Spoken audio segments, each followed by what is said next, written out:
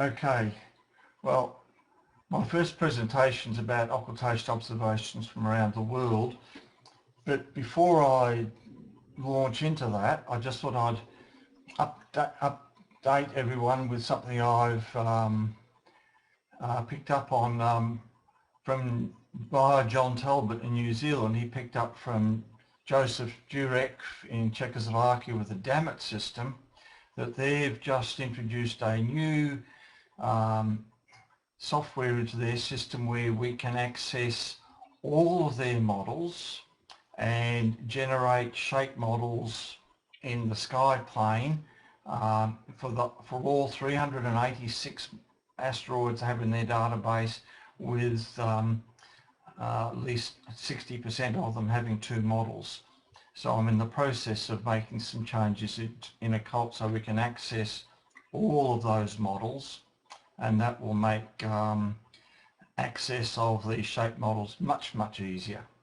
And interestingly, looking at some of these shape models, there seems to be a number where they have concave fits as well as the convex fits. So Metis, for example, has 2 big lumps on one of their shape models. So I think we've got some significant improvements in the shape models being made available to us now, and I should have that out in the next few days. Yes, that's the right presentation. If you can go to the second slide.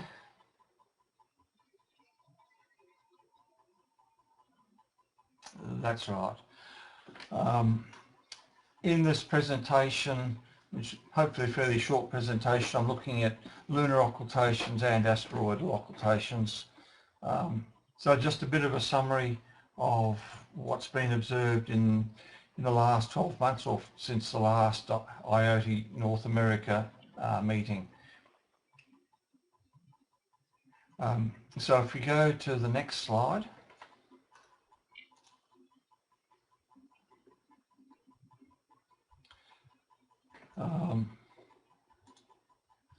We used to have lots of lunar occultation observations per year.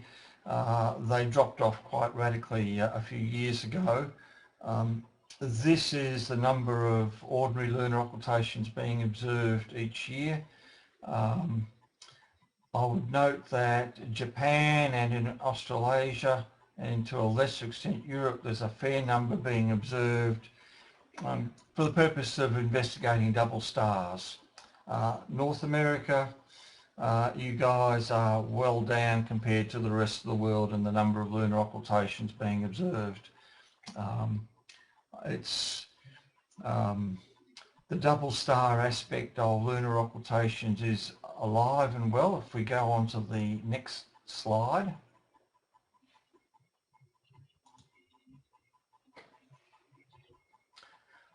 This is a summary of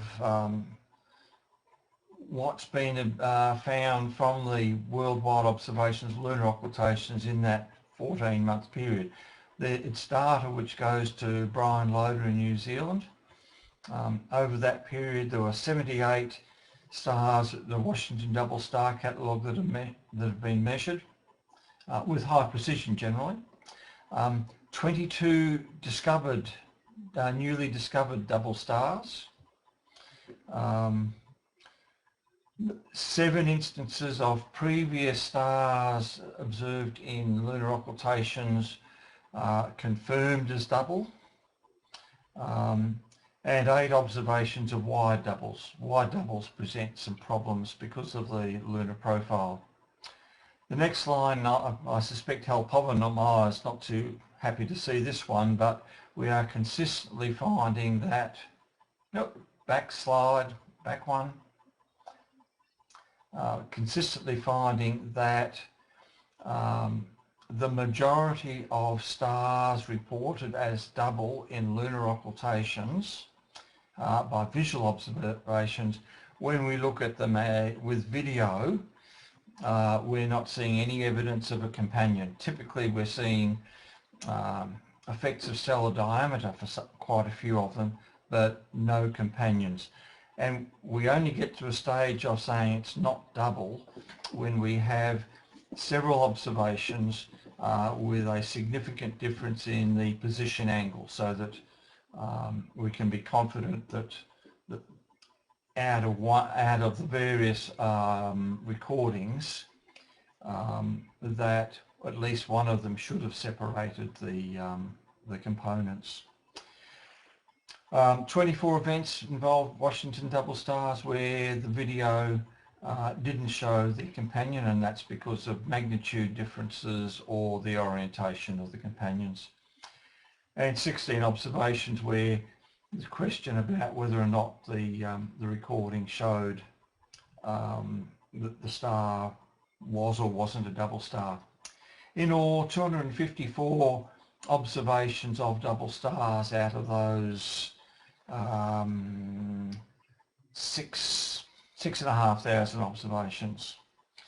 And we're sort of finding that if an observer is regularly making lunar occultations with video, you can expect to find, to discover a double star every 100 observations or so. Okay, next slide.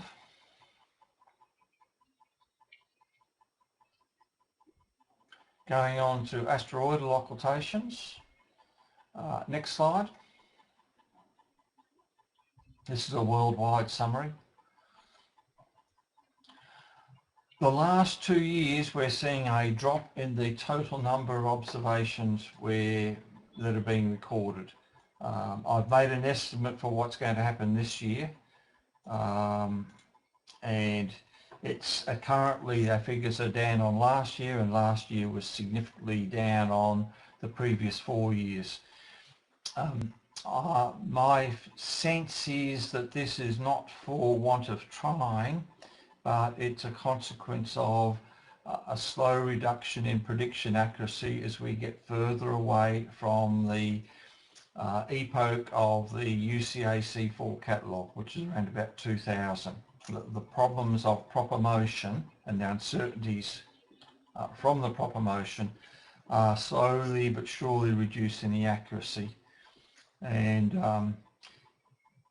this is not going to be improved until we start getting results from URAT, and then subsequently Gaia, although the Gaia satellite has got problems for brighter stars, whereas URAT is looking at the same magnitude bands as UCA-C4.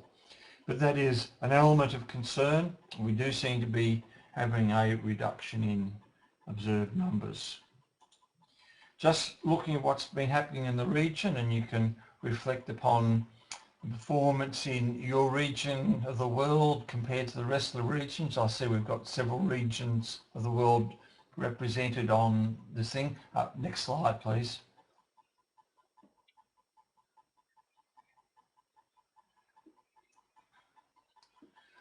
This is the number of successful events by region. Now, the two numbers are in 2012 and 2013. The second half 2012 and the first 2/3 of 2013. So we can see that in Australasia we had a total of 64 events, where US is 77 events observed. Maximum number of sites in a successful event. Australasia 11, US 11, surprisingly small actually for US in that period of time. Europe had one event with 34 sites, and Japan 14 sites. So just an interesting perspective on what's happening around the world.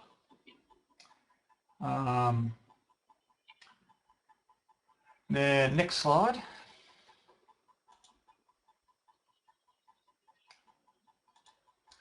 Satellite discoveries, and I'll pick up what Paul said as possible or probable satellite discoveries. This first one was actually observed outside of my period, was January 19 last year, but we've just had a paper go into preprint on this, and this was the Agamemnon event in 2012, January 19. You can see the asteroid and the satellite to the left, and the light curve is below. The light curve for the satellite event had multiple data points in it. There's 2, 4, 6 data points in the light curve for the satellite. So in my way of thinking, a very high probability of an event. I mean, I'm quite confident that that is a real satellite event. But that's not the only one we've had. If we go to the next slide.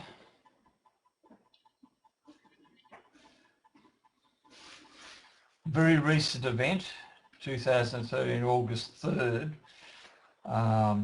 This is a more challenging one to interpret. The critical chord, which is the bottom chord there, the observer was using an integrating camera, and I think it was 16 frame integration, and the light drop occurred over a single integrated frame.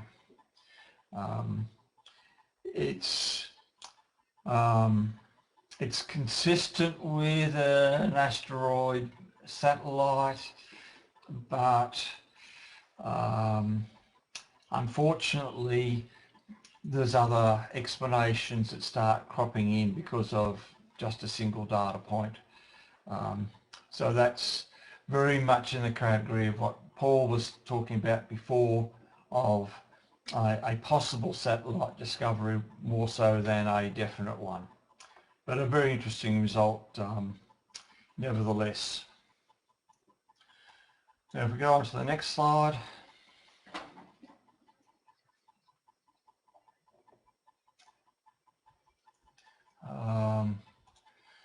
Double stars in asteroidal occultations, separations usually in the range of 0.1 to 0.001 seconds of arc, with uncertainties can be less than a milliarc second.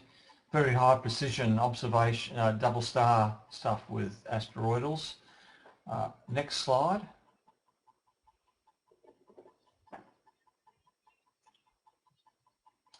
On here, over this period, we have a total of 7 double stars discovered, and you can see there that typically the separation's down in the area of 20 to 40 milliarc seconds.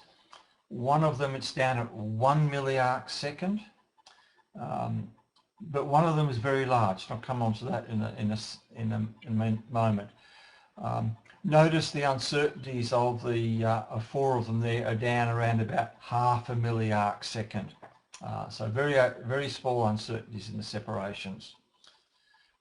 Now the last one, 380 milliarc seconds, was an interesting event that was observed by a guy in Australia, Chad somebody or other, in New South Wales, Australia. If we go on to the next slide.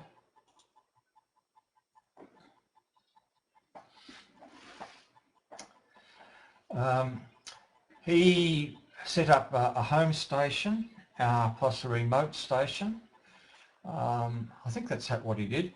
Anyway, one of the stations had to have a fairly long recording. I think it was because it was unattended. And this is a light curve he got with a primary event towards the left, a good deep occultation, and a second event further on, separated by 66 seconds in time. So quite a long separation in time. The difference in the light drops means it's not a double asteroid occulting a single star, but it's a single asteroid occulting a double star. So that's quite an interesting thing. There's another event floating around, a European observation made in Spain, I think, which we're still trying to sort out, which was observed at the start of August, where the separation is down around about 2 or 3 milliarc seconds. But when you start doing some analysis, it's one of these very close Tycho stars, and you go back to the Tycho data at 1991, the separation of the stars was around about 2 seconds of arc. And it looks like the two stars have actually come together to a separation of 0.002 seconds of arc and got occulted by the one asteroid.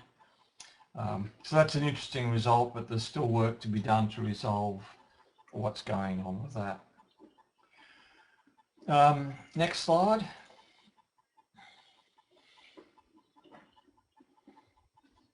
And this is just trying to pick up the 9. I just went through all the observations which were done over the last 12 months and picked out the best of them and finished up being 9. So just give you a sense of what the 9 best results are for the last 12 months. So next slide.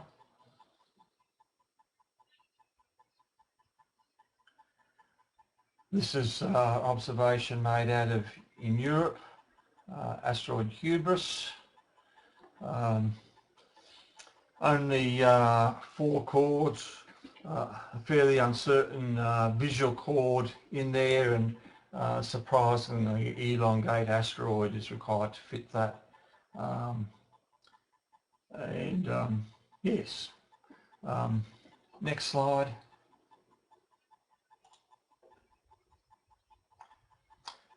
This is, well, hardly an asteroid, but we did have a good occultation of Pluto last year in this region.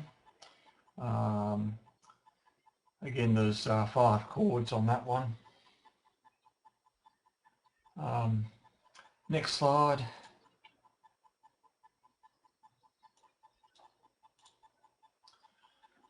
This is I think the best one out of the US, a Brixia event in October last year. A very nice result there with fairly reliably placed chords and clear irregularities in the profile showing there. Next one.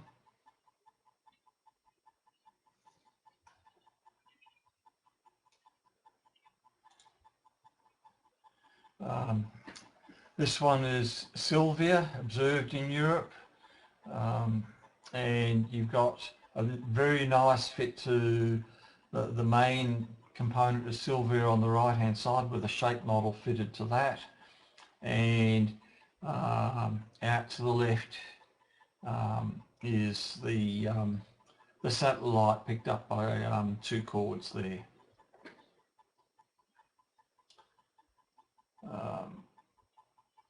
Next one, Eugenia.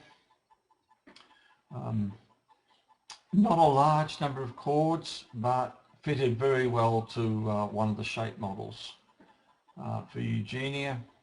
And it's one of those cases where you can fit an ellipse to the chords with some difficulty, but when you put the shape model in place, the shape model fits very nicely.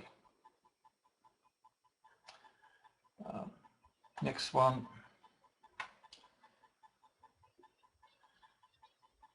An Australasian event of Emanuela with 2, 4, 6 positive chords there.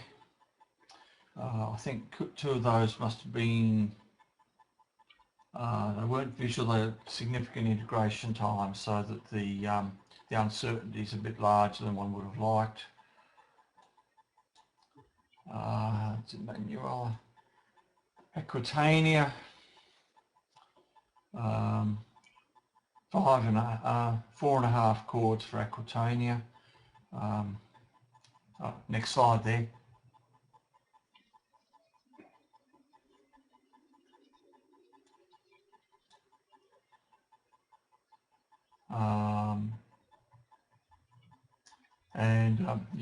You can see there how well that's a a reasonable spread, but again, unfortunately, not a large number of chords.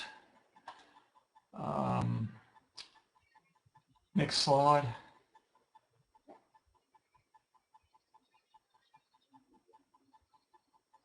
Comachina in the US, that's a fairly nice event there, but again only 6 chords. And final one was one observed here just a month ago with 5 chords. Next slide. However you pronounce that, Juaya or something, Juaya. If the asteroid hadn't moved northwards by half a path, we would have had a very nice coverage of this asteroid, but as it was, it moved a fair bit north and we only got the southern half. So what you can see from the overall picture is over the last 12 months we have not had any really good events with heaps of chords of the event. Actually, I may have missed one because the Eugenia, no, I've obviously missed one in this presentation because there was a European observation with a large number of participating observers anyway. Anyway, that's the that first presentation. Are there any questions about it?